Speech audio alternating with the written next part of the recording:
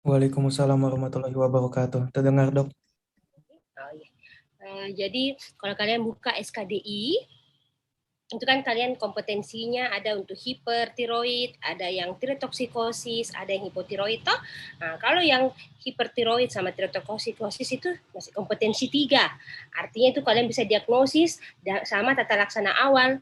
Setelah itu kalian harus merujuk. Sedangkan kalau hipotiroid, dia itu kompetensinya untuk kalian biasanya 2. Cukup sampai diagnosis, oh saya tahu, oh ini hipo. Ya langsung rujuk biasanya. Bahkan setelah itu biasanya dari dokter yang merawat, kalian bisa terapi lanjut biasanya. Ya, kalau kalian nanti jadi dokter di perifer ya. Kemudian rata-rata biasanya orang yang datang itu paling banyak yang keluhan rasa tidak nyaman pada leher, entah ada benjolan pada leher kah, rasa mengganjal kah, rasa nyeri kah, ya tergantung diagnosisnya. Apakah dia akut atau mungkin ada masa atau mungkin dia sifatnya difus ya. Nah, di sini kita lihat posisinya di mana kita tahu kalau kelenjar tiroid itu ada di depan posisinya, di mana dia ada kanan kirinya, ada ismusnya melengket di mana di kartilogi tiroid. Makanya kalau orang yang khasnya dia itu kalau kita suruh menelan toh, kalau dia menelan ini kan bergerak, dia akan ikuti gerak menelan ya. Nah, terus kalau tiroid membesar, kita tidak boleh tidak sampaikan bahwa ini hipertiroid.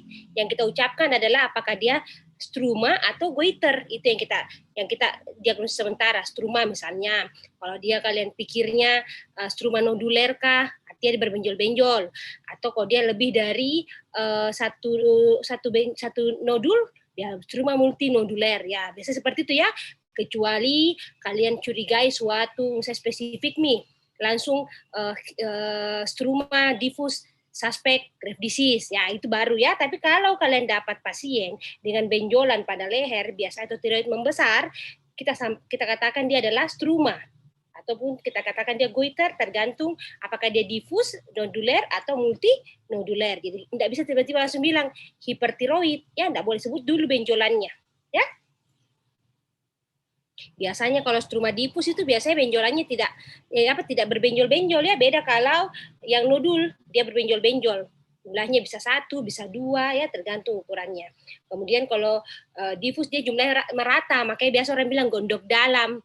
Ya, sebenarnya bukan gondok dalam, cuma mungkin harus bisa lebih kita lihat ada pembesaran leher tidak seperti biasanya. Cuma dia pikir ini gondok dalam ya karena tidak kelihatan. Kan beda ya, kalau ada yang jelas sekali itu biasanya struma diffus. Ya, di sini dilihat kalau dia normal, nah di sini bentuk tiroidnya dia folikel, selnya bentuk kuboid ya. Sedangkan kalau dia kita kurangi hormonnya, dia bentuknya flat ya. Kalau dia ini dia bentuknya kolumner kalau pada yang membesar ya tiroidnya. Nah, secara umum regulasi hormon tiroid itu dia diregulasi di hipotalamus, dia keluarkan ini namanya TRH. Yang selanjutnya ada feedback positif ke hipofisis anterior, nanti akan keluarkan TSH yang nanti akan dilepaskan ke glandula tiroid. Nah, di situ nanti akan dilepaskan apakah T3 dan T4. Kalau dia terlalu tinggi akan ada namanya feedback negatif ya, terhadap kembali ke RH-nya, menyampaikan ini jumlahnya banyak, tolong dikurangi ya. Jadi tim kenapa akan ada fungsi hemostasis tubuh supaya harus seimbang jumlah hormonnya. Jadi awal itu akan mampu tubuh lama-lama terlihat nih apakah akan jumlahnya tertekan mengalami hipo atau jumlahnya akan tetap banyak. Nah, itu yang akan terjadi hipertiroid ya.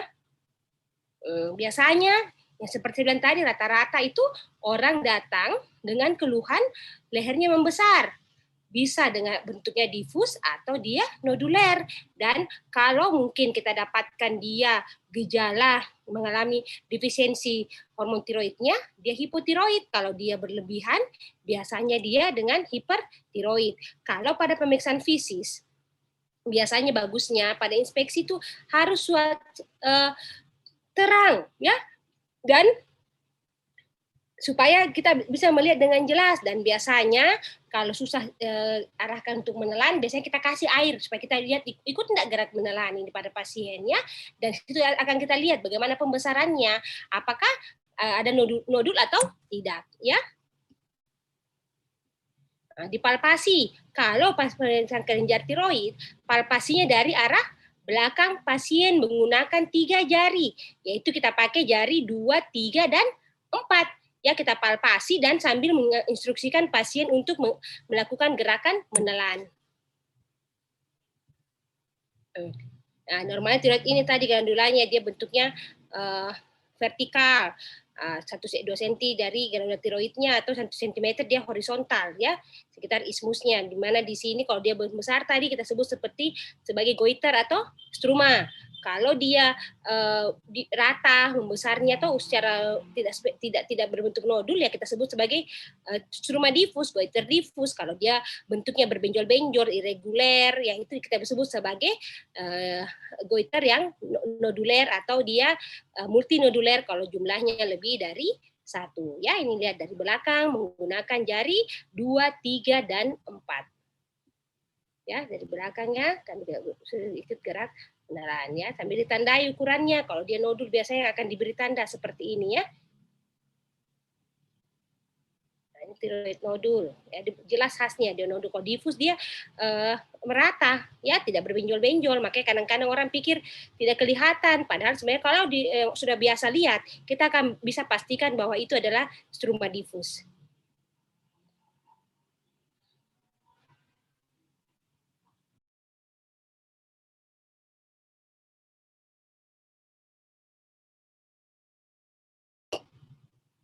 Biasanya kalau pasien dengan struma difus ini ya bisa kita dapat disebut sebagai simple diffuse goiter atau pada kondisi-kondisi hipertiroidisme serta pada tiroidosis Hashimoto ya, noduler biasanya tiroid nodul, ada kista, yang kalau kista ini biasanya kita sedot cairannya ya, makanya kadang-kadang pada kita USG abdomen bisa saja kita dengan sedot cairannya, atau mungkin adenomatosa goiter, atau mungkin dia subakut atau kronis tiroiditis, atau mungkin dia plummer tiroiditis, di mana nanti kita masuk dengan masalah-masalah yang paling banyak kita dapat adalah gangguan tiroid ini, apakah masalahnya oleh karena fungsinya atau karena anatominya. Nah, kadang-kadang kalau dia kalau memang oleh karena fungsinya, kita lihat apakah dia meningkat hormonnya, dia mengalami hipertiroid atau dia hipotiroid. Kalau mungkin oleh karena anatomi, biasanya kita dapatkan adanya berupa nodul atau kista, dan nanti itu akan dibedakan nodulnya ini apakah dia ganas atau tidak. Ya, oleh Van der Pam dan kawan-kawan, di sini kita lihat prevalensi dari disfungsi tiroid sendiri ternyata paling banyak itu adalah hipotiroid, sekitar kurang lebih 2%, ya, baru kemudian hipertiroid ya. Jadi sebenarnya, tapi kalau kita di lapangan yang paling banyak kita dapat itu adalah hipertiroid ya. Makanya kalau kita ini penelitian oleh Van der Pam, sekitar hipo yang paling banyak ya. Tapi kalau di lapangan itu biasanya kita banyak justru yang datang ke kita adalah hiper. Mungkin karena survei untuk data-datanya kita di Indonesia masih tidak sebanyak yang ada. Yang kedua, kalau orang yang hipertiroid biasanya khas gejalanya ya, tidak nyaman sekali, berdebar-debar, rasa panas, ya, susah tidur. Hasil mereka akan datang berobat dibandingkan pada pasien yang hipo ya, yang kebalikan dari gejala pada hipertiroid tadi ya. Nah,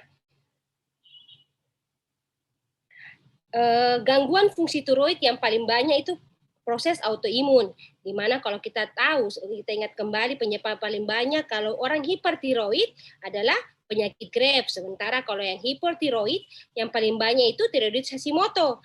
Nah, biasanya di sini ditandai dengan ada kita dapatkan itu peningkatan beberapa antibodi atau pada orang Graves disease itu dia akan meningkat tiroid reseptor antibodinya atau mungkin tiroid stimulating antibodinya.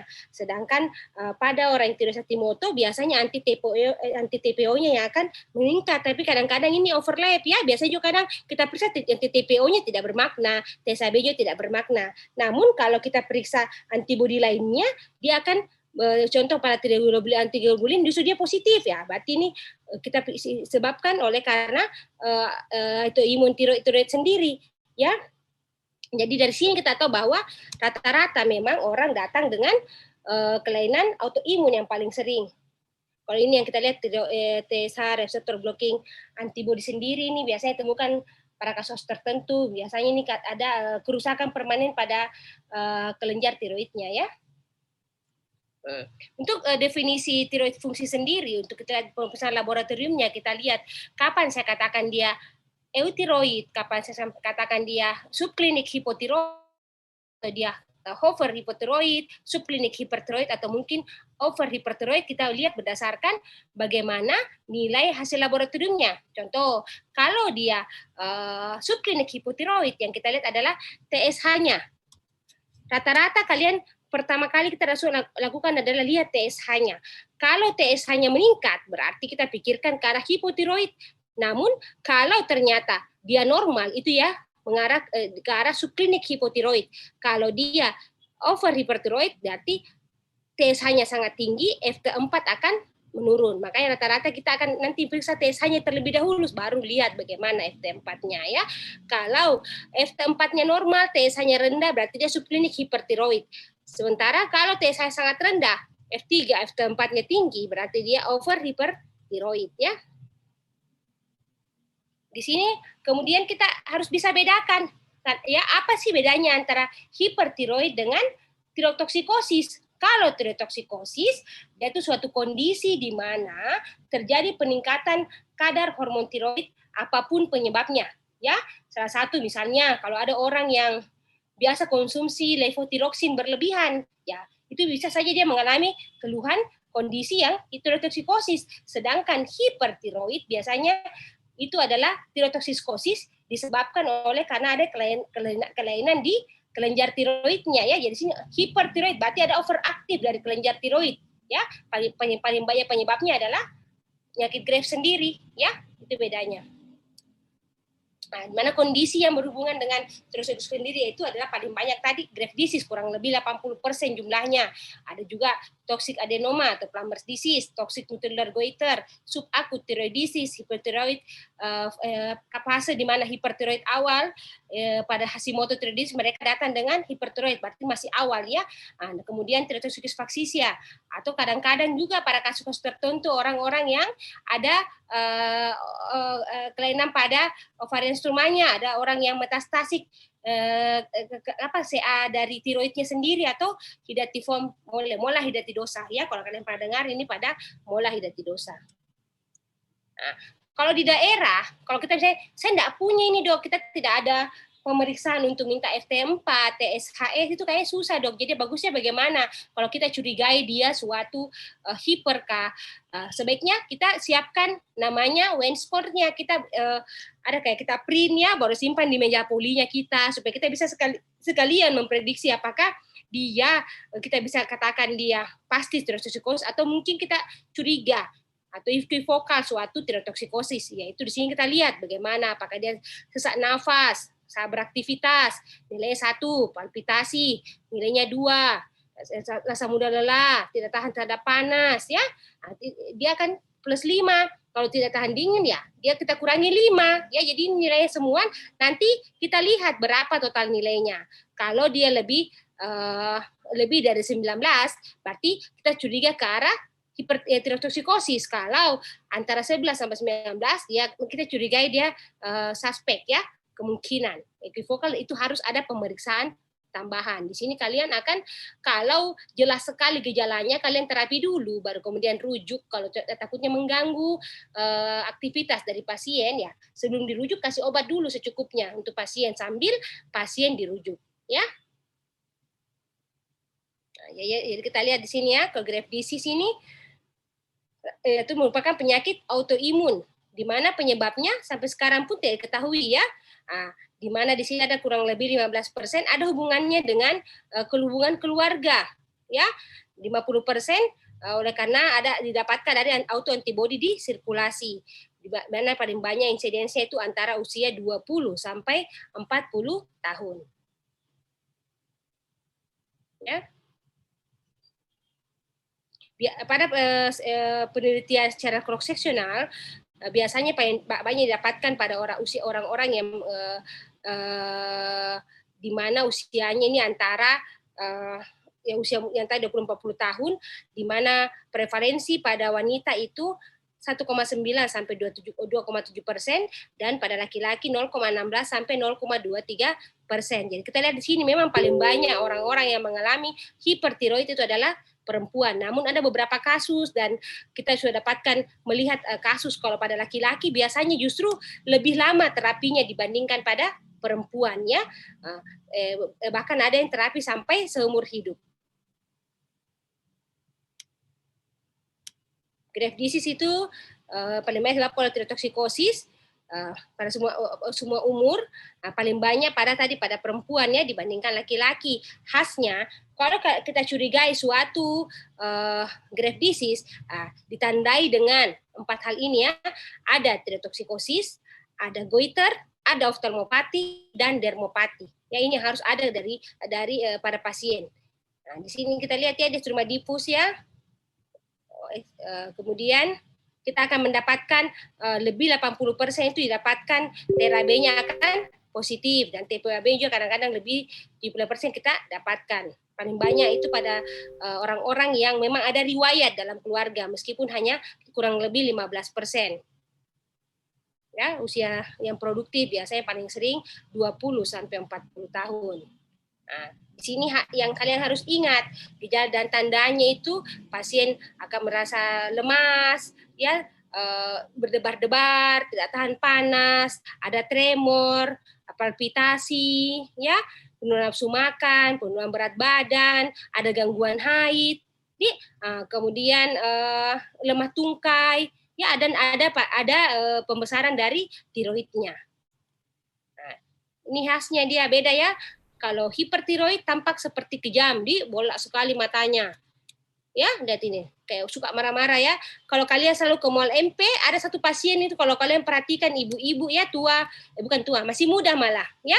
Dia khas sekali kalau di pintu keluarnya itu seperti ini ya, kalian lihat, kalian gemes, dia enggak berobat tidak itu orang ya, apalagi sempat dia hamil lagi ya. Kalau saya lihat hari di mall dia hamil itu ibu-ibu. Saya cuma tidak tahu apakah dia berobat atau tidak. Cuman kadang-kadang ada orang-orang tertentu yang sengaja sakit, ya dia membiarkan sakitnya supaya dapat uang.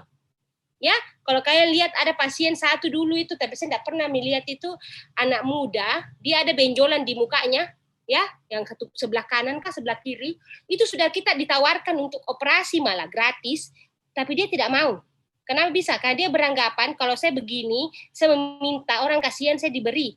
Ya, mungkin dia sudah operasi, saya tidak tahu. Cuman dulu itu ditawarkan untuk gratis operasi, tapi dia tidak mau. Ya, sama seperti pasien itu yang kita lihat di MP. Apakah mungkin dia sudah ditawarkan untuk terapi atau tidak ya? Karena buktinya selama bertahun-tahun saya lihat tidak ada perbaikan sama sekali ya. Tambah exophthalmos malah dan khas sekali strumanya ya, dia difus.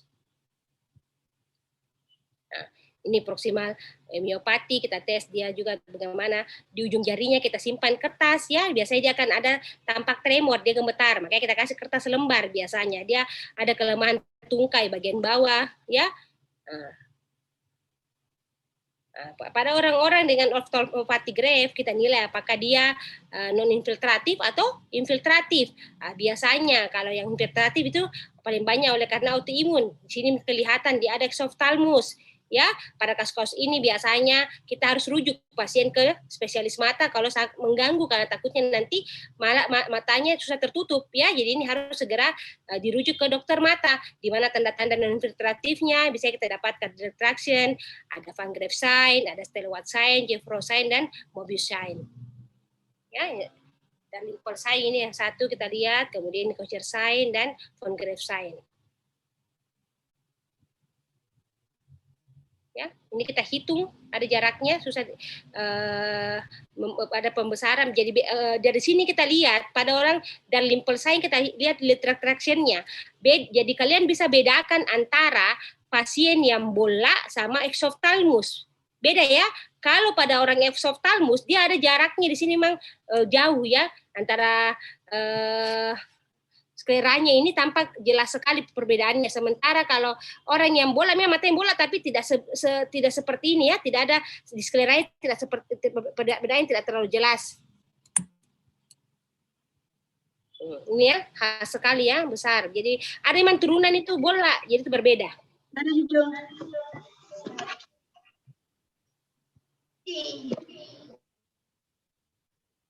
Ini kalau sudah parah ya, makanya ditutup karena dia sampai mata kering ya, makanya dia harus dirujuk ke mata, karena kita harus turunkan tekanannya. Kita harus obati dengan maksimal karena dia kan justru takutnya jadi buta. Ya, ini kayak gini dia tidak terapi, kodong jadi akhirnya rusak matanya. Ya, jadi pada kasus orang yang oftalmus yang berat kita harus rujuk ke spesialis mata. Nah, sambil diterapi hipertiroidnya, alat untuk mengukur bagaimana exoftalmusnya namanya Hertel exophthalmometer ya.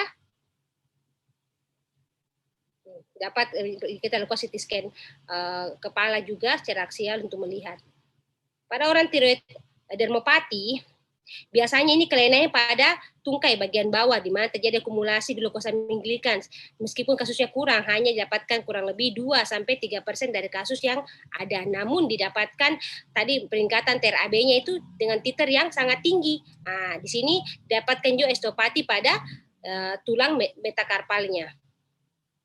Nah, untuk pasien-pasien yang kita curigai suatu grave disease, yang paling penting adalah anamnesisnya kita.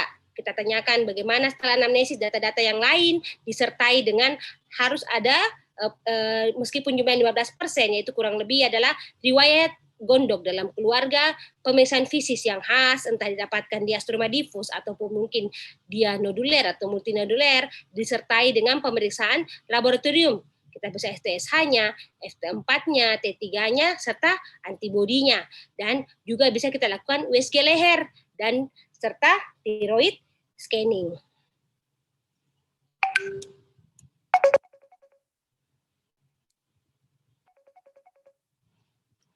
Ya.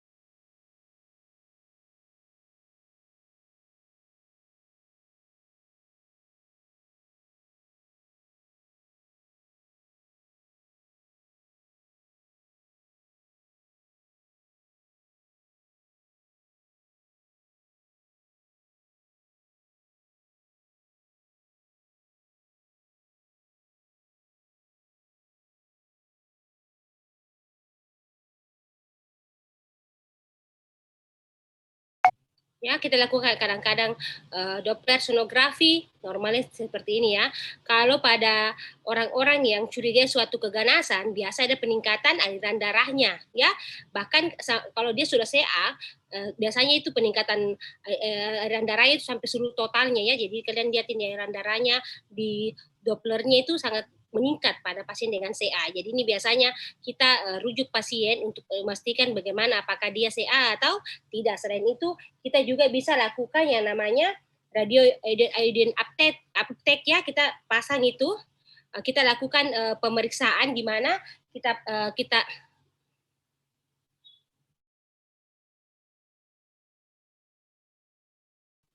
lakukan. Kalau kita pakai radioiodine uptake ini dia untuk melihat bagaimana sel-sel tiroidnya tadi menangkap. Kalau dia nodul hangat, bisa sampai kalau misalnya dia sudah ada metastasi ke otak, biasanya kelihatan ya tangkapannya itu radioaktif sampai ke otak ya. Jadi berarti sudah ada metastase di ke tempat lain. Nah, kalau kita pasiennya datang misalnya curiga hipertiroid, apa sih yang saya bikin? Ya kita periksa TSH dan FT4-nya. Kalau dia normal FT4 dan TSH-nya, berarti kita singkirkan hipertiroid. Kalau misalnya kita dapatkan dia rendah TSH-nya, artinya ada penurunan fungsi TSH-nya, tapi FT4-nya normal, ya kita pastikan dengan pemeriksaan selanjutnya, itu kita periksa FT3-nya. Nah, kalau dia FT3-nya normal, berarti dia kemungkinannya apakah subklinik hipertiroid, involving graft disease, atau mungkin toxic nodular goiter, atau mungkin dia meningkat fungsinya oleh karena penggunaan tiroksiin yang berlebihan, atau pada orang-orang dengan non-thyroid illness ya. Ini pada kasus seperti ini pada saat normal FT3-nya, kita harus mengulang kembali tesnya 2-3 bulan kemudian untuk melihat bagaimana progresi dari penyakit ini sendiri. Namun kalau memang ternyata FT3-nya tinggi setelah kita pastikan ulang setelah FT4 tadi itu, ya kita lihat berarti dia T3-nya berarti dia T3 hipertiroid. Ya, ini paling banyak penyakitnya ya pada graft disease, toxic nodular goiter, thyroiditis, ya sampai familial autoimun hipertiroid. Sementara kalau kita dapatkan TSH-nya rendah, FT4-3 dia pasti hipertiroid. Ya, kita langsung diagnosis sekarang ini. Sementara kalau normal atau mungkin kita dapatkan tinggi TSH-nya dan ya, tinggi juga FT4-nya, berarti dia kemungkinan besar ada tumor adenoma secreting pituitary yang menyebabkan terjadinya peningkatan TSH dan FT4-nya, atau mungkin pada orang-orang yang thyroid hormone resistant syndrome. Ya, ini untuk melihat antibodinya pada pasien-pasien yang mengalami thyrotoksikosis. Kalau terapi positif pasti dia graft disease. Kalau dia negatif, kita lakukan yang tadi saya bilang, kita lakukan radio uptake scan ya, kita lihat bagaimana penangkapannya terhadap nodul apakah dia nodul hangat atau dingin, apakah dia bagaimana nodulnya, apakah dia single atau mungkin dia multinoduler. Kalau tidak ada penangkatan sama sekali, berarti kemungkinan besar dia hanya tiroiditis ya. Karena kita tahu bersama kalau misalnya orang-orang yang mengalami tiroiditis bisa dia akut, subakut atau kronis. Kalau kita bilang dia tiroiditis akut, berarti paling banyak penyebabnya adalah bakteri. Kalau dia subakut, itu paling banyak adalah virus. Sementara kalau kronis, paling banyak imun, penyebabnya yaitu ya, namanya Hashimoto, tiroiditis Hashimoto, di mana pada awal pemeriksaan tadi biasanya itu fasenya dia akan hipertiroid. Lama-lama jaringan tiroid sudah habis, akan terjadi hipertiroid nih. Ya, itu yang kita sebut sebagai tiroiditis yang sifatnya kronis atau autoimun. Pada orang-orang tertentu dalam hal ini usia tua, biasanya kita dapatkan namanya apathetic hypothyroidism. Biasanya ada penurunan berat badan, ada goiter tapi kecil, didapatkan namanya ada atrial fibrilasi, atau kadang-kadang juga didapatkan depresi yang berat atau mungkin tidak ada depresi sama sekali. Ya, pada orang tua seperti itu. Dan plus kita harus perhatikan gejala klinis yang lainnya. Ya, ini pada orang tua ya, tidak terlalu khas, tapi dia mulai kayak lemas. Ya, yang takutnya adalah paling banyak itu salah jalan pasien. Dipikir sudah demensia kah? Ya, dipikir ini pasien malas dimakan, ya, turun berat badan karena intaknya tidak bagus. Padahal sebenarnya kita harus ingat ada namanya graft disease in elderly. Kalau gejala lain mendukung dalam hal ini, kalian lihat ada penurunan berat badan, bukan karena intaknya. Tapi ada goiternya sedikit kecil. Kadang-kadang kan kalau orang tua kadang kurang perhatian ya, kita beranggapan normal itu. Bahkan kalau kalian ingat, kalau ada orang meninggal tua itu, kenapa meninggal itu tua selalu begitu padahal bisa saja kodong orang-orang yang orang tua ini mungkin aja dia seperti ini, apathetic hyperthyroidism, cuma karena tidak ada dia atasi, akhirnya dia gangguan komplikasinya karena kita tidak periksa orang di daerah. Mungkin dia sudah ada AF, lama-lama dia bisa aritmia, meninggal, bisa terjadi infak, ya, jadi banyak yang mempengaruhi ya, cuma kasihan tidak diperhatikan pada orang-orang tertentu. Jadi kalian punya orang tua dan ada gejala khas seperti ini, gejala klinik fatal yang mengarah ke hipertiroid, ya itu harus diperhatikan. Bisa jadi itu dia ada tipikal patient graft disease.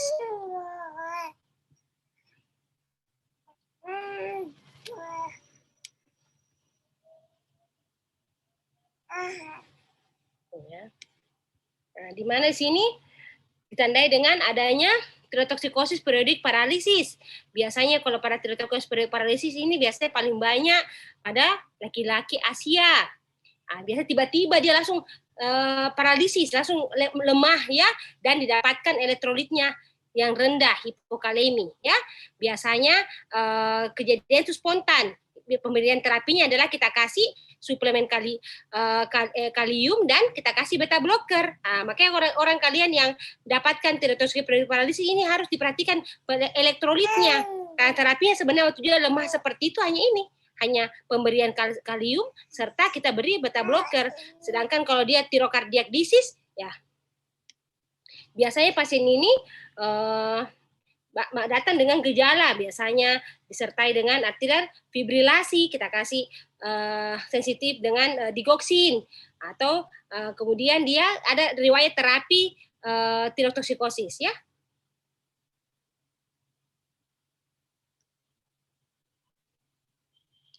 Untuk antitiroid sendiri, pada pasien-pasien yang hipertiroidogenic disease harus diterapi pemberian antitiroidnya, di mana nanti bisa kasih PTUK, dosis yang antara 50 mg selama 8 jam. Nah, kemudian kita pantau selama 4 minggu, tes kembali fungsi TSH dan FT4-nya.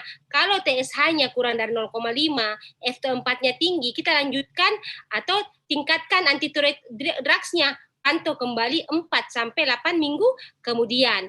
Kalau kita dapatkan TSH-nya kurang dari 0,5, FT4-nya sudah masuk normal, ya kita pantau lagi 1-2 bulan kemudian kita akan menurunkan dosisnya secara progresif kalau sudah ternyata TSH dan FT4-nya normal, ya.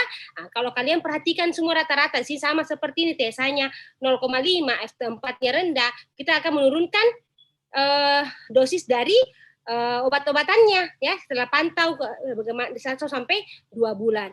Nah, kalau kalian lihat yang jadi patokannya adalah FT4 setelah terapi, ya, pada pasien-pasien yang mendapat terapi hipertiroidogenic disease ini, yang jadi kalau untuk pemeriksaan laboratorium pemantauan terapi adalah kita minta FT4-nya saja, ya. TSH-nya tidak. Beda kalau hipotiroid yang kita periksa hanya TSH-nya, sementara kalau pada hipertiroid yang kita nilai adalah FT4-nya. Jadi waktu dia kontrol ke kita setelah terapi, yang kita periksa adalah FT4-nya. Jadi pada hipertiroid yang kita nilai adalah FT4-nya. Ingat ya, TSH-nya kita tidak nilai, tapi pada awal pemeriksaan harus kita periksa dua-duanya, ya.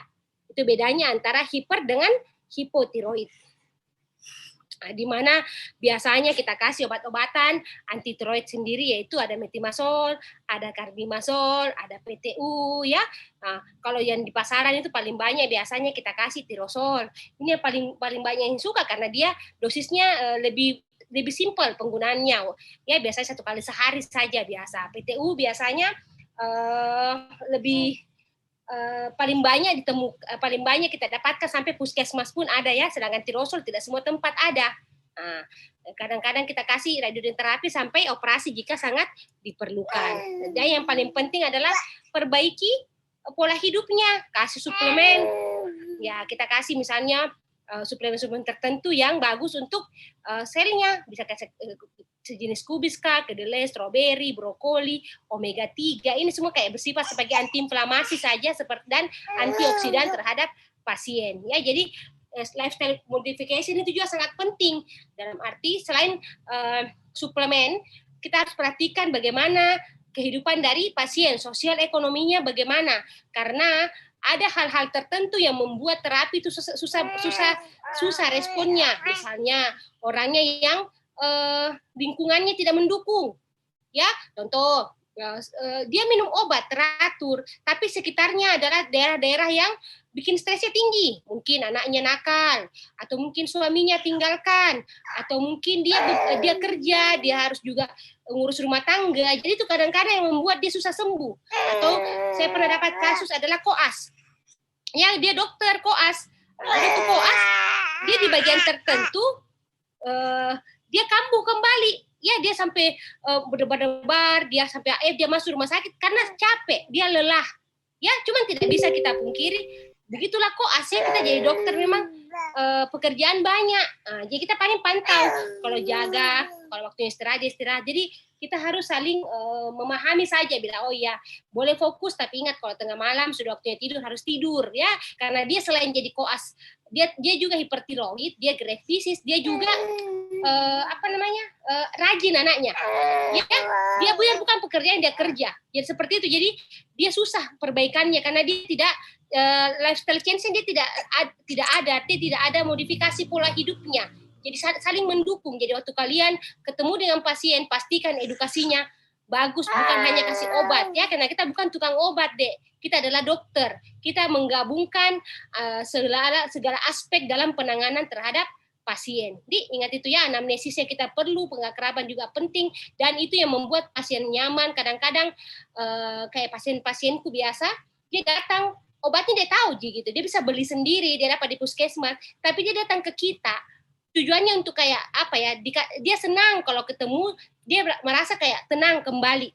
Ya, itu kenapa sebagai seorang dokter, kita harus bisa membuat pasien merasa nyaman, bukan seperti kayak kita, saya dokter saya yang hebat, cuma saya obati, tidak ada komunikasi. Ya, itu kasihan pada pasien-pasien tertentu ya. Jadi dokter kadang-kadang harus menempatkan, kalau kalian ingat untuk anamnesis ya, aturan-aturan CSL, ingat tidak kalau kalian ketemu pasien harus ramah, senyum. Ya, itu sebenarnya tujuannya supaya pasien bisa setidaknya dari hal psikis dia sudah lebih sembuh dibandingkan sebelum dapat terapi ya. Jadi ini sangat penting terhadap lifestyle change ya, di luar dari suplemen dan terapi.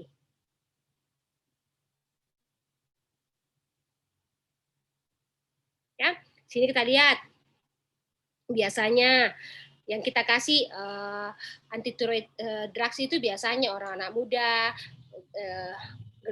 pembesaran kelenjarnya tidak terlalu besar, penyakit ringan, kita kasih PTU, kemudian kita kasih metimazolnya, dan perhatikan dari relapse atau tidak. Biasanya kadang-kadang pada pasien-pasien tertentu akan dia mengalami relapse 50-60%, di mana fungsi dari PTU dia menghambat konversi T4 menjadi T3, dan dia efeknya lebih cepat. Makanya lebih orang-orang tertentu pada kasus-kasus tiroistomi yang kita usulkan adalah pemberian PTU sendiri ya.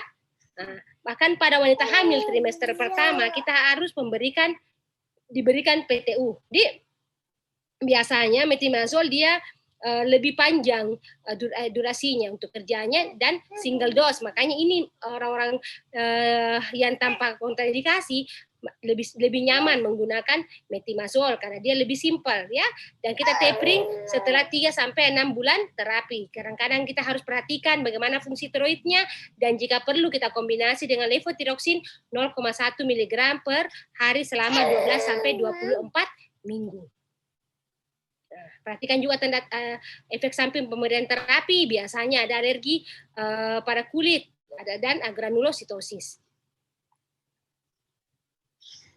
Ya, kalau PTU paling banyak ada gangguan fungsi hati, dia akan hati-hati pada orang yang penggunaan PTU, tapi ini kasusnya tidak terlalu banyak ya, kecuali kalau kalian kalian kasih PTU, baru kemudian dia ternyata ada gangguan hati ya, kalau meningkat sampai di atas 3 kali ya mungkin kita ganti ya.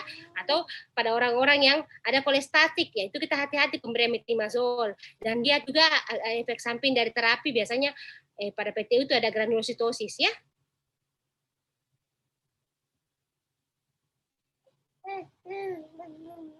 Ya, jadi ini semua yang kapan sih saya ada indikasi untuk pemberian terapi, biasanya pada anak-anak yang dewasa, muda ya, tanpa goiter atau dia punya goiter tapi kecil selama 6 bulan sampai 15 tahun. Biasanya orang-orang yang sudah stromaktomi tapi kemudian dia kembali ya, dia relapse ya, itu ada indikasinya.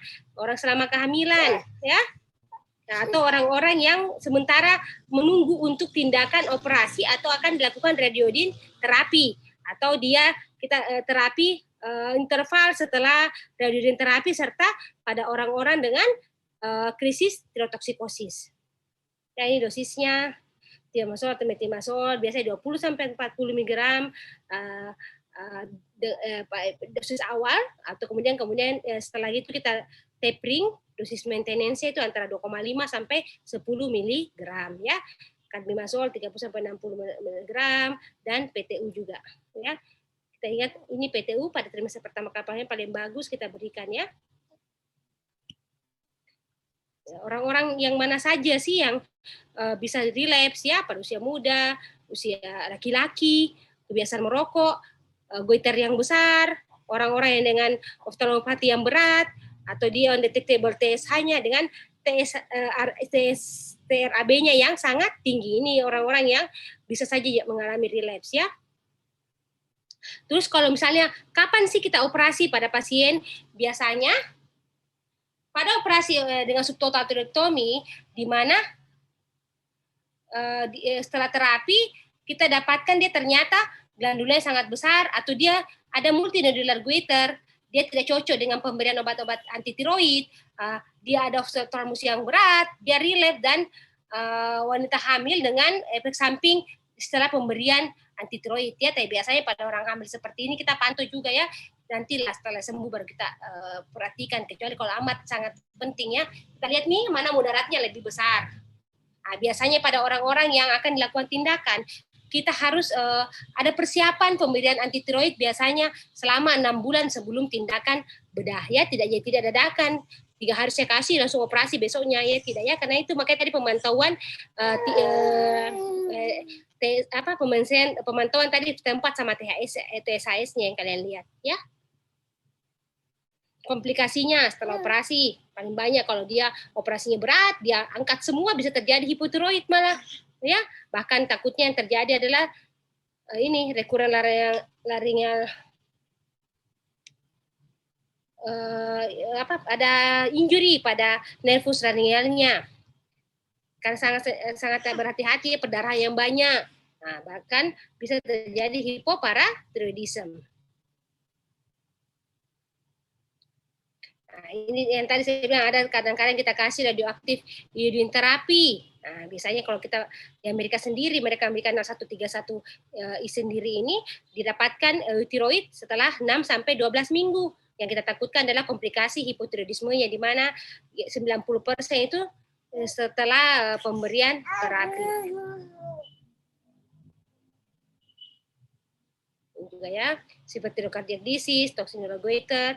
Nah, orang-orang yang ada efek samping terhadap pemberian anti tiroid dan dia orang yang relapse setelah 12 sampai 18 minggu setelah pemberian anti tiroid, obat-obat anti tiroid, dan orang yang alergi terhadap obat oral anti tiroid ya. Nah, terapi lainnya yaitu kita kasih beta blocker. Yang paling sering kita kasih propranolol 10-40 mg setiap 6 jam. Kita kasih multivitamin, kadang-kadang dibutuhkan sedatif pada pasien, bisa dikasih phenobarbital, diazepamka ya. Nah, kemudian sambil diterapi dengan, kalau kita sebagai orang muslim ya, kita banyak zikir ya. Orang-orang tertentu mungkin kalau Hindu dia yoga ya, Reiki, Jepang ya, atau semedi pada yoga itu Hindu ya, bukan Buddha, saya lupa. Yoga Hindu atau Buddha? Atau Buddha? Semedi justru Hindu, yoga yang Buddha ya. Saya lupa yang ya, makanya itu kalau orang Islam tidak yoga ya. Orang Islam itu zikir. Kita zikir ya, bukan yoga. Tidak semedi juga. Kita tidak semedi ya kalau mau tahajud. Ya beda ya. Nah, bukan berarti yoga sama semedi atau reiki ini tidak tepat. Cuman paling bagus adalah kalian harus berzikir sama tahajud, sama duha. Itu yang kalian lakukan. Arahkan pasiennya kalian untuk lakukan hal ini. Zikir pagi petang ataupun zikir setiap saat. Ya, kapanpun kita duduk tidak ada kerjaan ya kita zikir ya. Bukan zikirnya di Instagram. Ada orang zikir di Instagram terus sedikit Instagram yang dibuka habis waktu 3 jam Instagram saja atau mungkin TikTok, saya tidak tahu. Yang diangkatannya kalian TikTok atau Instagram yang paling banyak? Ahmad Yurawan. Kau suka di mana deh? TikTok atau Instagram? Oh, TikTok. Oh, banyak dia yang TikTok Oh, saya baru tahu. Kalau Angga? TikTok atau Instagram? Yang aku bilang Facebook, nah orang tua aja yang Facebook. Tapi dok, TikTok lebih menghibur dok. Oh, anunya orang yang kita lihat, bukan kita yang TikTok. Tapi dok, iya dok. Oh, Rizka, TikTok atau Instagram? Tapi dok, Instagram. Instagram, Dok. Akhirnya ada Instagram juga ya. Soalnya saya Instagram. Saya tidak punya TikTok ya. Tapi ada aku TikTok. Ya, tapi itu tidak apa-apa. Untuk menghibur kalian boleh. Tapi ingat, jangan lupa kalian jangan sampai kalau kalian jadi dokter, biasakan itu kombinasi segala terapi yang kalian berikan kembali ke agama. Apapun agamanya orang. Kalau dia Kristen berbeda, kalau dia Buddha juga berbeda.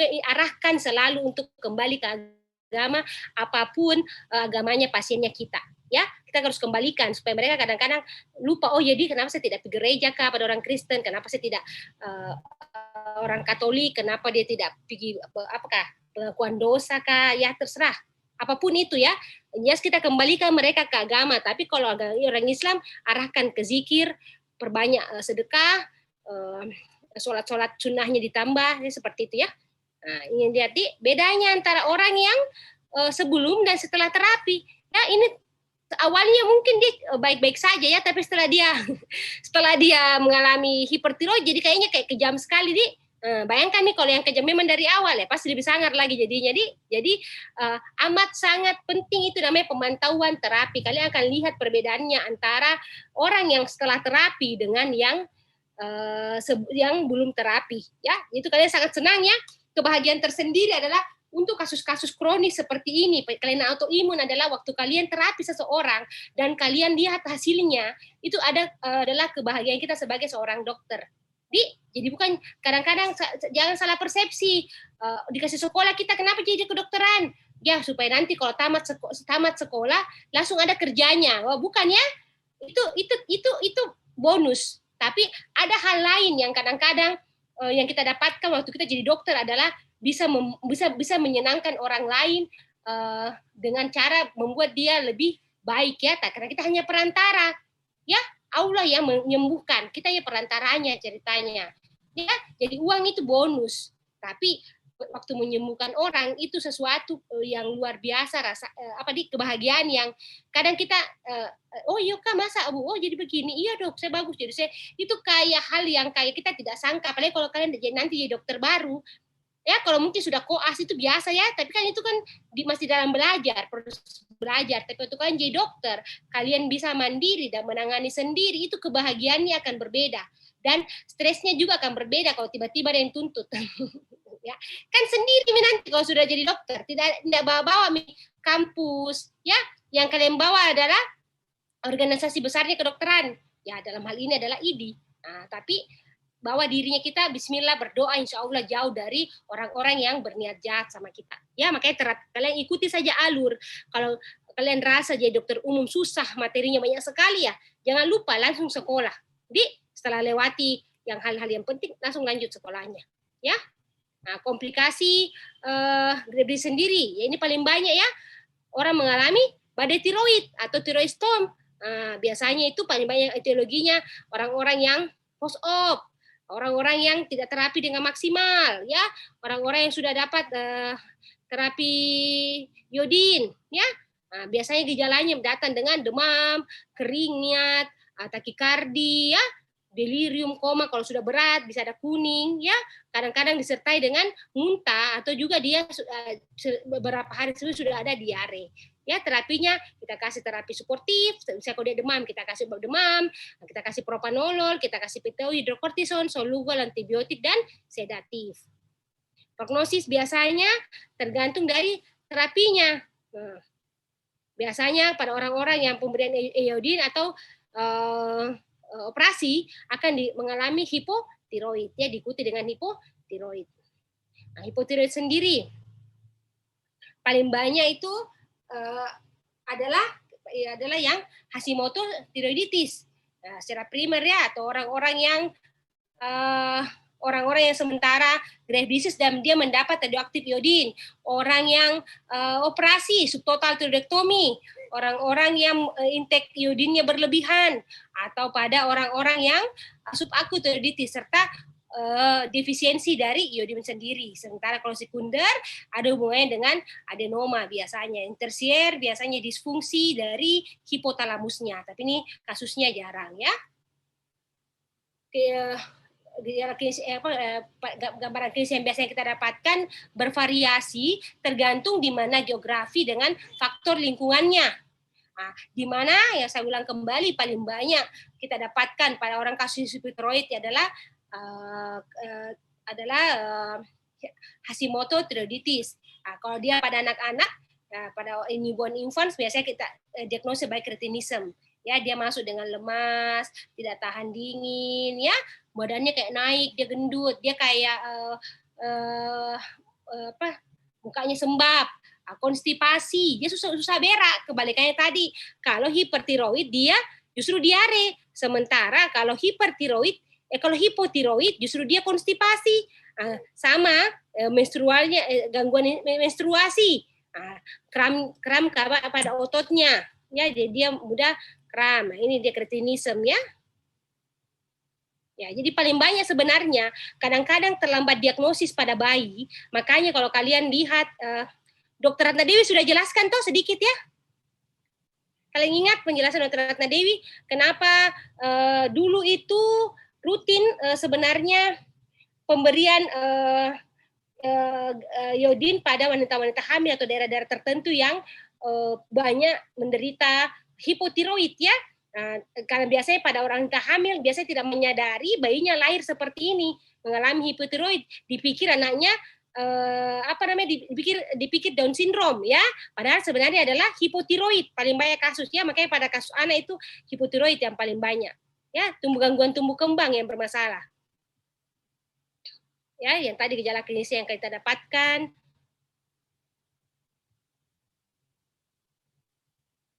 Tunggu dulu, ya.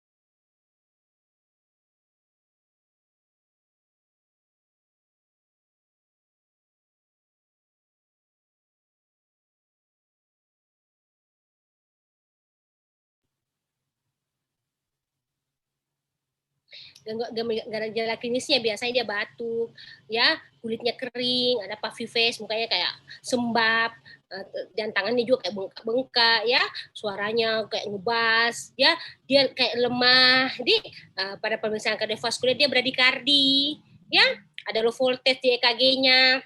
Ada pembesaran jantung, pada gangguan pada fungsi paru-paru sendiri. Kadang-kadang yang berberat ada bisa terjadi respiratory failure, ya, pada gangguan pada intestinalnya, terjadi paralisis slow, makanya terjadi konstipasi, bahkan yang paling beratnya bisa terjadi ileus. Pada fungsi ginjal juga terjadi penurunan fungsi ginjal, gangguan ginjal, anemia, rasa kram pada tungkai, pada otot, parestesia, ya, kelemahan tungkai, ya, paling banyak. Ya, akhirnya dia kayak lemah sekali, kayak nenek-nenek bayi hati. Di mukanya saja, ya. Komplikasi yang kita hindari adalah koma myxedema, ya, di mana ini adalah instead dari hipotiroid yang tidak diterapi, atau mungkin orang-orang tertentu yang mengalami Graves' disease dia mendapat radioterapi, ya. Pada myxedema dan heart disease biasa terjadi coronary artery disease. Bisa juga menyebabkan pasiennya mengalami depresi, confused, kemudian paranoid, mania, ya. Jadi banyak yang menyebabkan tidak nyaman pada pasien-pasien dengan hipotiroid, ya. Dan kita terapi dengan pemberian levothyroxine.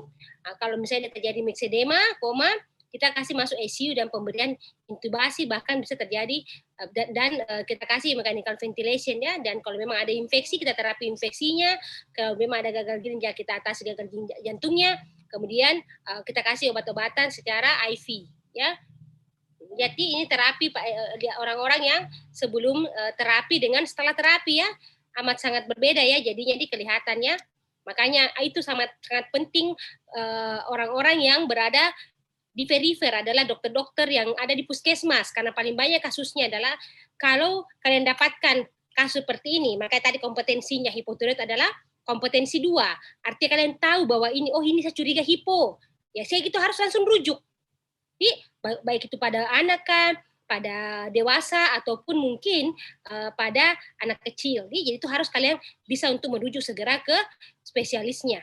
Ini juga sebelum terapi, bahkan setelah terapi ya, jadi amat sangat berbeda. Jadi buka sumbap ya, ini lihat ya bedanya antara orang hipo dengan hiper. Kalau yang hipotiroid nenek-nenek baik hati. Kalau yang hiper nenek-nenek kejam, kesannya kayak baik hati kok dong. Padahal hipotiroid ini ya bukan berarti dia tidak baik, tapi kalau lihat mukanya bedanya adalah kalau orang yang hiper tampak sangar ya. Kalau yang hipo dia tampak lembut sekali, kan lambat. Iya. Semua serba lambat nih. Nah, jadi dia slow. Nah, berdikardi nih orang hipertiroid over. Jadi dia tampak lebih sangar. Nah, makanya itu gunanya terapi ya. Ini saya bilang tadi tiroiditis. Ingat ada namanya peradangan pada glandular tiroid, ada inflamasi. Kalau apakah dia akut kah, subakut kah, atau mungkin dia kronis. Bisa saja oleh karena bisa autoimun sampai mungkin disebabkan oleh adanya infeksi. Entah yang tadi akut, subakut atau kronis. Bisa eutiroid, bisa transient fase dari tiroidokikosis atau mungkin hipotiroid, serta biasanya kadang juga dia tidak nyeri atau mungkin sangat nyeri ya, tergantung masalah ya, apakah dia akut atau tidak ya.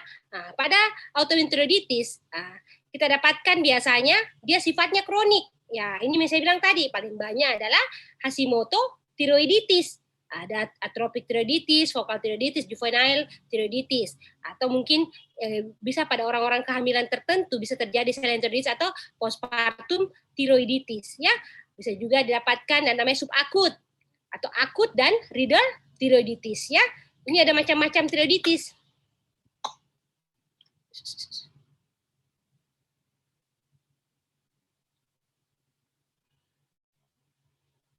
Gambaran histologinya biasa pada kronik limfositik, biasanya sama didapatkan ya, ini kronik Hashimoto, subakut tiroiditis ya.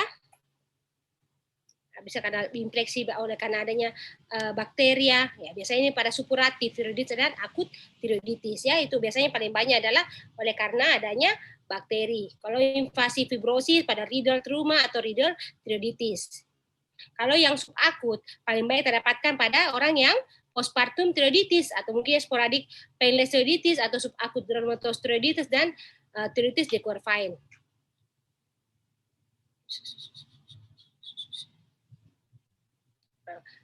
Sedangkan sini kita lihat ada tipe-tipenya juga ya, yang sama seperti tadi ya. Supuratif biasanya paling banyak bakteri ini Hakaru tahun 1912. Dia dapatkan pada pasien yang kronik tiroiditis. Didapatkan ada limfosit infiltrasi, ada trofi pada parenkimnya, didapatkan ada perubahan pada sel eosinofilnya dan sel asinarnya ya. Biasa yang dia mengatakan bahwa paling banyak adalah kronik ini adalah oleh karena autoimun. Jadi ada yang kita kenal sebagai Hashimoto tiroiditis karena kita ambil dari nama orangnya. Jadi Dr. Hakaru Hashimoto, penghargaannya kita, nama pasiennya nama penyakitnya adalah Hashimoto.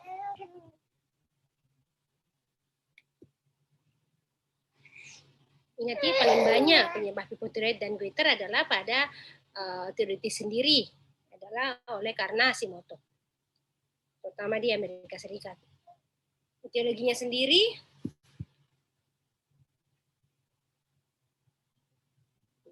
di mana pada pasien yang kita dapatkan curiga suatu tiroid Hashimoto, kita periksa tiroglobulin antibodinya, kita periksa antibodi tiroid peroxidasi antibodinya, kemudian TSH reseptor,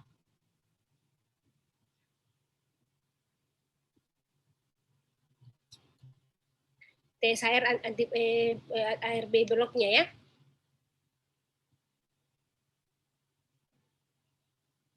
Ya, biasanya pasien dengan Hashimoto tiroiditis sendiri datang dengan adanya benjolan pada leher, bisa disertai dengan eutiroid atau hipotiroid yang ringan. Nah, paling banyak perbandingannya adalah 4:1 pada perempuan. Dan biasanya tidak nyeri, dan kadang-kadang pasien tidak sadar ya tentang benjolan pada lehernya. Tipnya seperti ini ya, kita dapatkan tempatnya bisa normal terendah, di mana TSH-nya akan sangat tinggi. Nah, dan waktu kita lakukan radioiodin uptake, dia didapatkan sangat tinggi, bisa juga normal atau rendah, ya tidak terlalu khas ya. Nah, yang kita lihat adalah bagaimana pemeriksaan sistem imunnya. Kita minta tiroglobulin antibodinya sama TPOA-nya biasanya positif. Waktu kita lakukan FNA sendiri atau kita lakukan biopsi, kita dapatkan adanya limfosit, large infiltration limfosit, ya, didapatkan namanya sel Hartle. Selalu diagnosisnya pasti kita lakukan pemeriksaan anti TPO-nya ya. 98% biasanya kita dapatkan pada pasien dengan tiroiditis.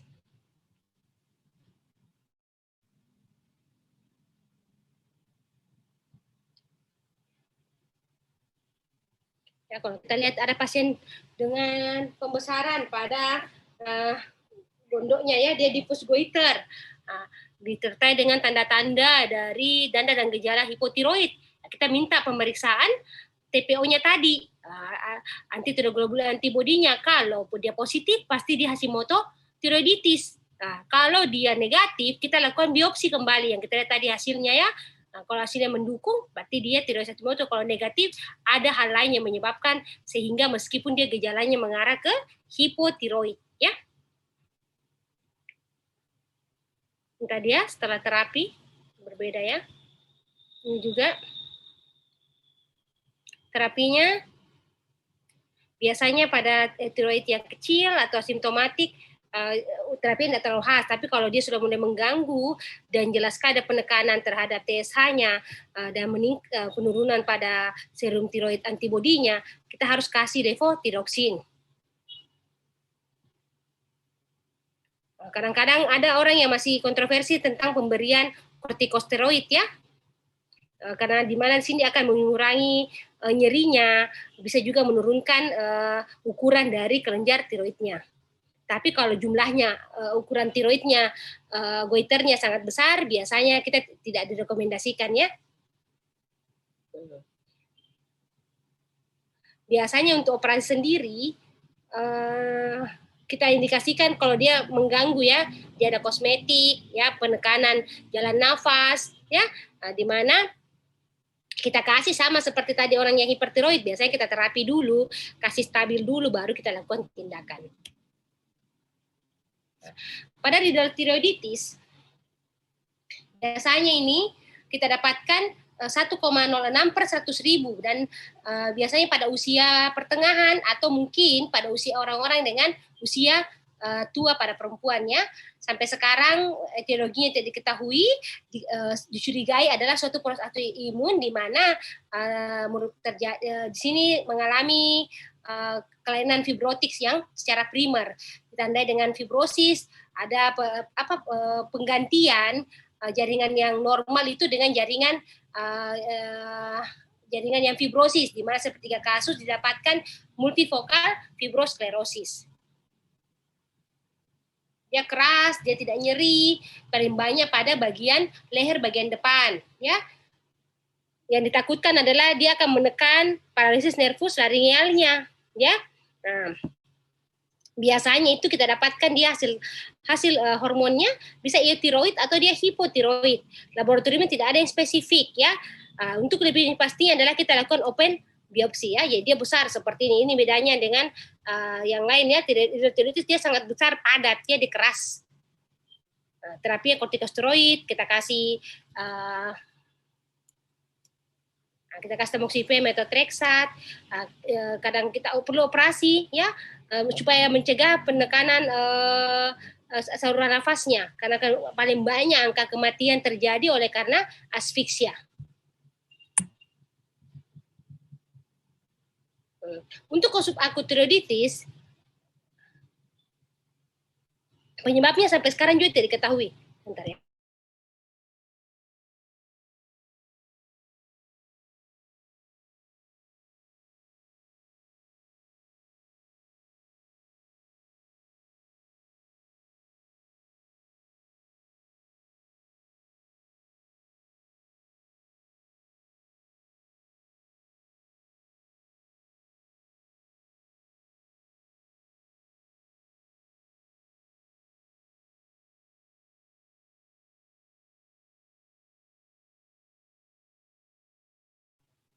sampai sekarang diketahui paling banyak oleh karena infeksi virus atau mungkin oleh karena ada infeksi dari saluran nafas bagian atas atau mungkin infeksi lain paling banyak mungkin mumps, measles, echovirus, adenovirus atau mungkin oleh karena ada Epstein-Barr virus atau influenza. Biasanya selalu ya paling banyak biasanya para perempuan 3,5 sampai 5 banding 1. Omsetnya biasanya pada usia 20 sampai 60 tahun.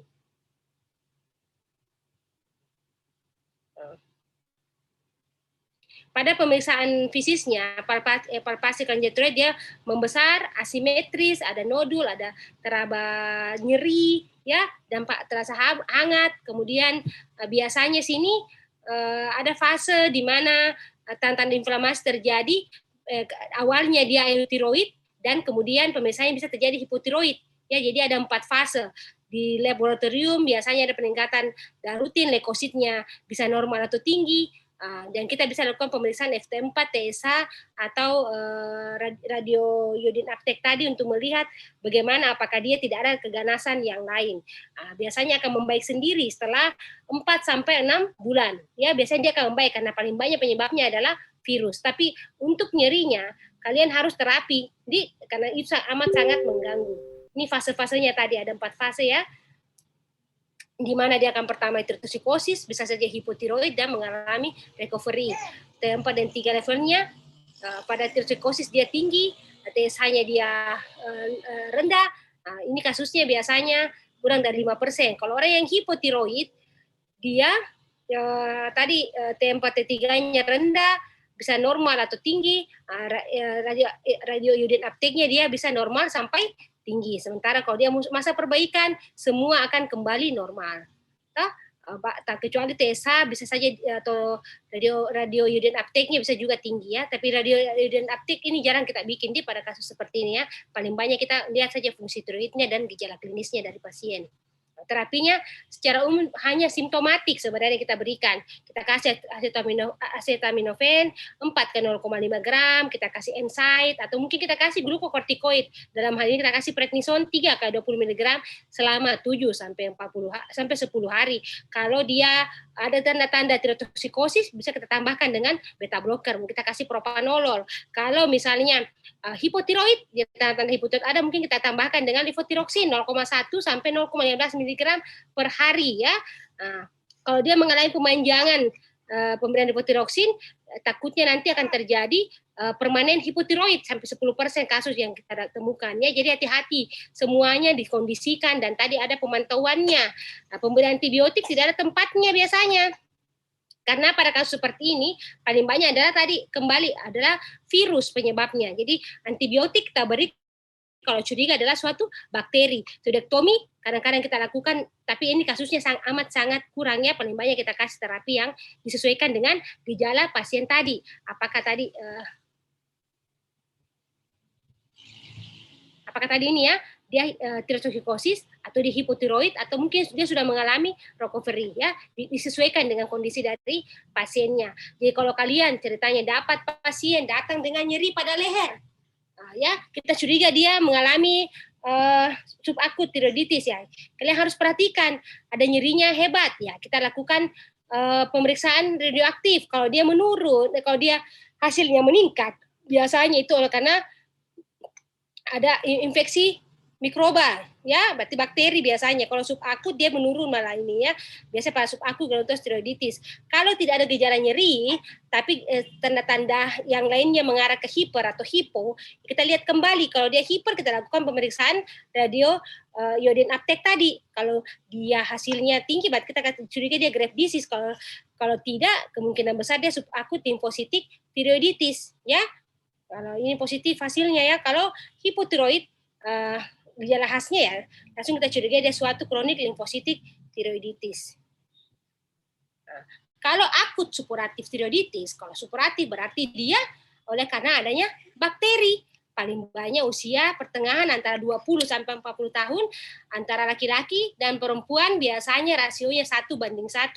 Etiologi paling banyak itu Staphylococcus aureus, Heterogenes pyogenes, Streptococcus pneumoniae, Escherichia coli, atau mungkin oleh karena adanya Pseudomonas aeruginosa. Biasanya infeksinya lewat darah biasanya ya, bisa juga oleh karena trauma langsung. Biasanya akan ada nyeri leher, teraba panas, ya. Dia susah ditegakkan lehernya ya. Jadi ingat, segala sesuatu yang berhubungan dengan kata tiroiditis berarti ada peradangan. Biasanya akan ada tanda-tanda radang, itu dia akan hangat kah, bengkak ataupun nyeri. Dan biasanya pada pasien yang supuratif ini dia akan disfagia, disfoni, ya, sampai dia bisa menjalar ke telinganya, bisa ada mandibula dan limfadenopati. Biasanya juga dia pasien ini secara sistemik akan ada demam, takikardi dan lemah, palpitasi, bisa juga di pada pemeriksaan fisiknya biasanya kita dapatkan pembesaran tiroid itu dia unilateral dan ada tanda radang, dia ada eritema. Kita akan lihat bagaimana pemeriksaan fungsi tiroidnya. Biasanya dia eutiroid hasilnya. Nah, kita pemeriksaan anti TPO-nya biasanya bisa juga ada ya. Kadang-kadang leukositosis dia pada pasiennya. Kita lakukan pemeriksaan iodine uptake-nya, meskipun selama 24 jam pertama dia akan normal. Kalau kita lakukan biopsi jarum halus, biasanya kita akan dapatkan purulen, akan dapatkan hasil yang purulen. Dan terapinya kasih antibiotik dengan drainase terhadap benjolannya ya, kan dia bersifat supuratif karena sangat nyeri. Ini ya etiologinya, gejalanya.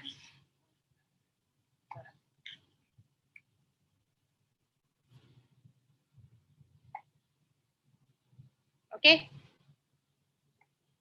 Ya, atas sedikit jadi materinya. Sampai sini ada yang mau ditanya?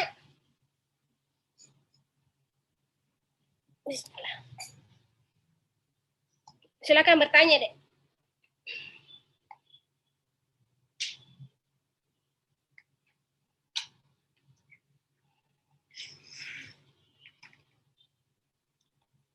Ada?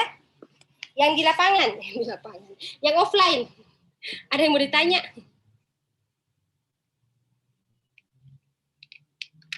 Kenapa kok semua kayak autis? Suara aku tidak kedengaran. Saya bilang, saya tidak kedengaran tuh, kenapa ini anak semua. Nah, silakan. Siapa itu, Dek? Siapa? Maaf ya, saya sama anakku, jadi saya kasih mati kamera. Kami dok, izin bertanya dok. Iya, silakan.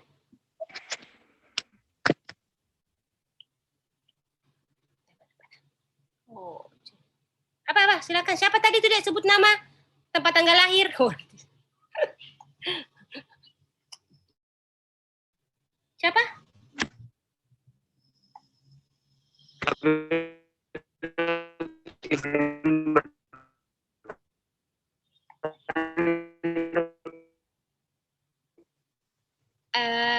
Rizka, tolong translate.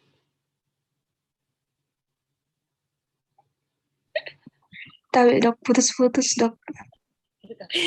Atau cuma saya yang bermasalah, makanya saya suruh orang lain translate. Maaf Dek, tidak jelas, saya kira jaringanku yang buruk. Kayaknya semua memang mengatakan jaringanmu buruk. Sambil menunggu jaringannya bagus, ada yang lain yang mau bertanya? Aduh.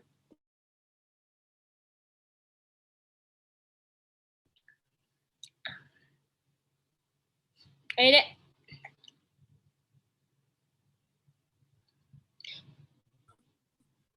Ya, jadi ingat Di, selalu kembalikan ya. Apa?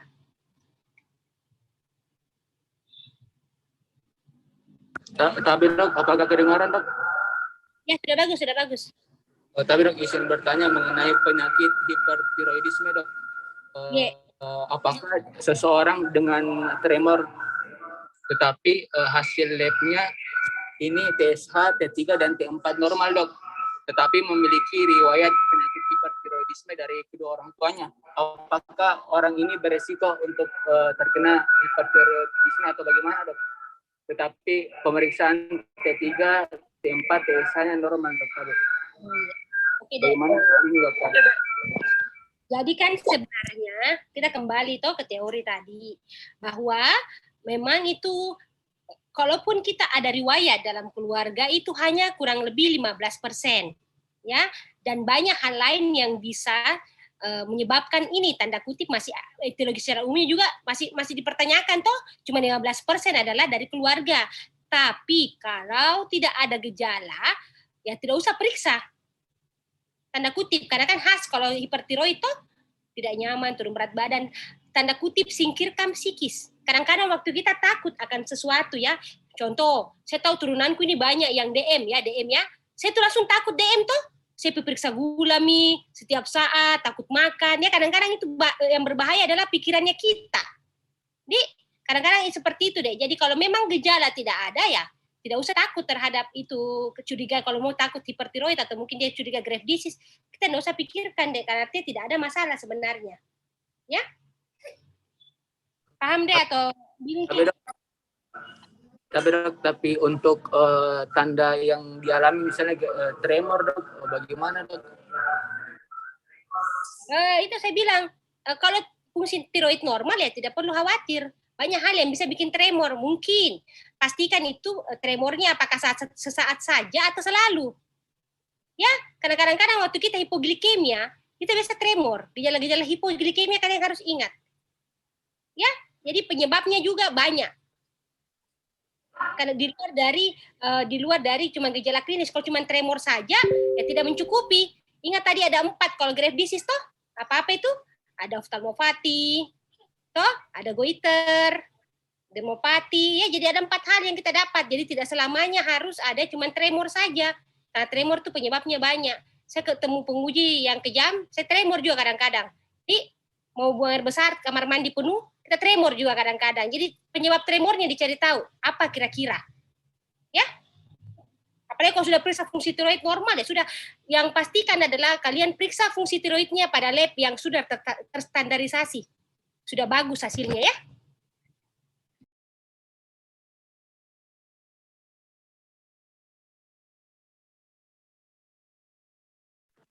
Tapi, Dok, terima kasih, Dok, atas penjelasannya.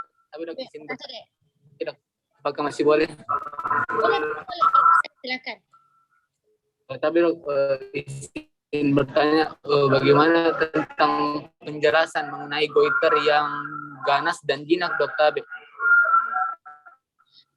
Mengenai ganas atau jinak itu kita lihat apakah kita pakai radioiodin uptake-nya untuk melihat ya apakah dia sudah metastasis atau tidak, atau mungkin kita lakukan biopsi deh. Nanti kita lihat bagaimana hasilnya.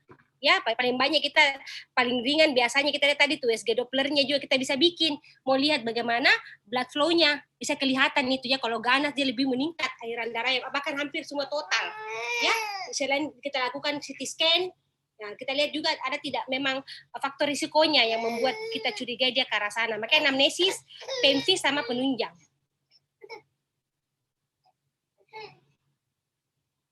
Jadi kalau turunannya jelas ada riwayat tumor dalam keluarga, kadang-kadang juga riwayat tumor pun tidak jelas, tapi kalau kita PEMFIS-nya khas, dia tiba-tiba pembesarannya, baru kemudian dia biasanya tidak nyeri ya, beda. Atau yang ganas biasanya justru tidak nyeri dibandingkan yang jinak. Ya, kalau yang jinak biasanya justru lebih tidak nyaman. Jadi hati-hati terutama pada ada benjolan yang tanpa nyeri atau dia tiba-tiba kalian dapatkan tapi tidak ada keluhan sama sekali, itu risiko keganasan lebih tinggi.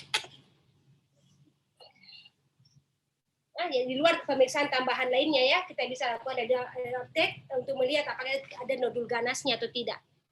Atau kita mulai yang paling ringan adalah kita mulai dengan USG tiroid, bisa dengan CT scan atau mungkin MRI. Tiroid scan bisa bikin deh. Tiroid scan itu paling bagus juga sebenarnya. Ya? Ada lagi, Dek? Atas penjelasannya, Dok.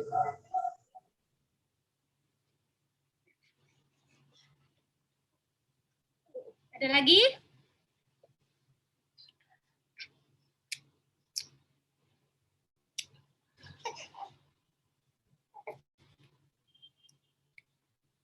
Ini yang rame-rame di hall 2 FKIK. Ada mau tanya, Dek? Mau ujian toh? Kira-kira apa yang ada di soal yang pada kalian baca?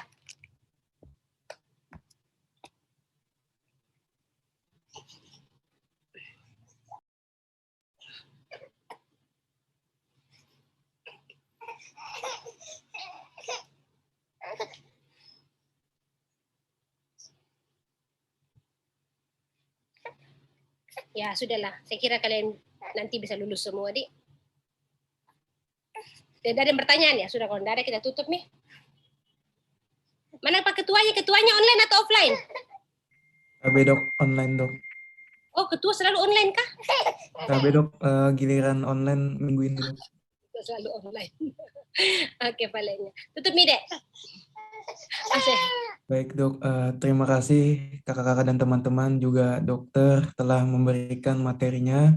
Baik, karena perkuliahan sudah selesai, saya tutup dengan kata hamdalah, alhamdulillahirabbil alamin. Billahi fisabilil haq fastabiqul khairat. Wassalamualaikum warahmatullahi wabarakatuh. Waalaikumsalam warahmatullahi wabarakatuh. Terima kasih ya. Terima kasih banyak Dok.